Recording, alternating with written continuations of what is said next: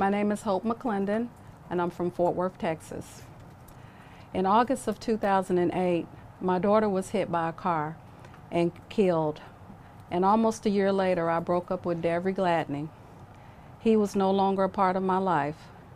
Mira, and that's what my daughter had a child 6 months old when she died, and I were in Illinois with my mother.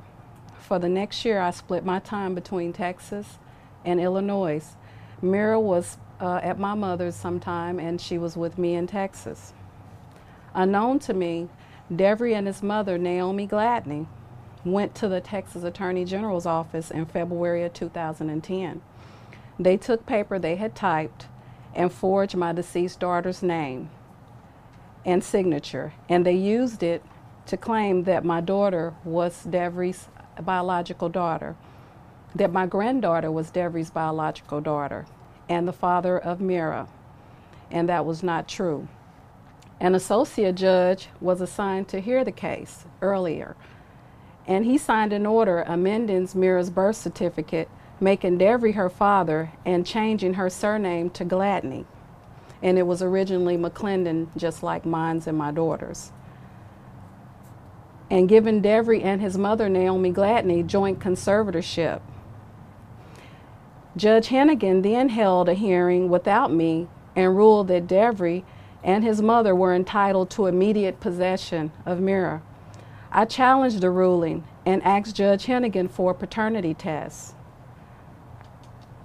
And I paid for a handwriting expert and testimony from a notary that supposedly notarized the document that my deceased daughter had signed. And then the notary then testified also that she had no record of my daughter ever signing any rights over to Devery Gladney. And September the 13th, 2010, without looking at the DNA results that had been previously ordered in our earlier court hearings, Judge Hennigan ordered Mira to be placed with the Gladneys. I was crushed by the ruling because the DNA results showed that Devery was not Mira's biological father. The Fort Worth Star-Telegram was able to obtain the results also, and they published an article with the results. The Gladneys maliciously claimed Mira had been abused and that I was unfit, none of which was true. I had been denied all visitation rights. Wrongdoings including fraud by a notary, forgery, perjury, and gross violation of civil and constitutional rights have I been a victim of. And the ultimate wrongdoing is giving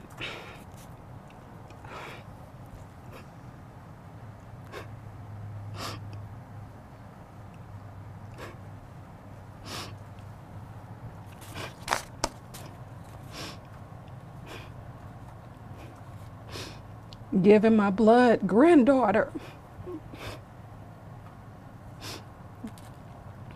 giving my blood relative to a stranger that has no legal or biological connection with the child.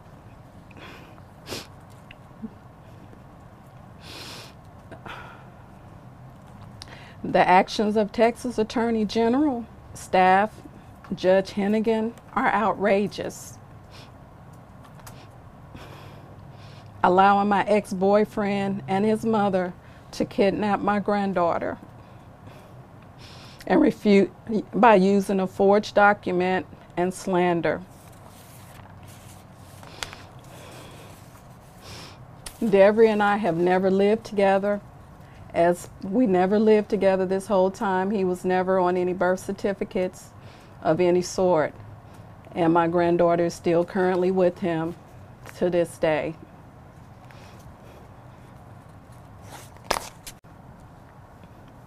I want the laws to be changed where judges are held accountable, lawyers, and all that are committed and going along with this fraud and conspiracy to be held accountable to the fullest. And we need to have jury trials where people can hear these cases and where judges can't be doing whatever they're doing behind closed doors and making these decisions on their own with bias and perjury and fraud all involved.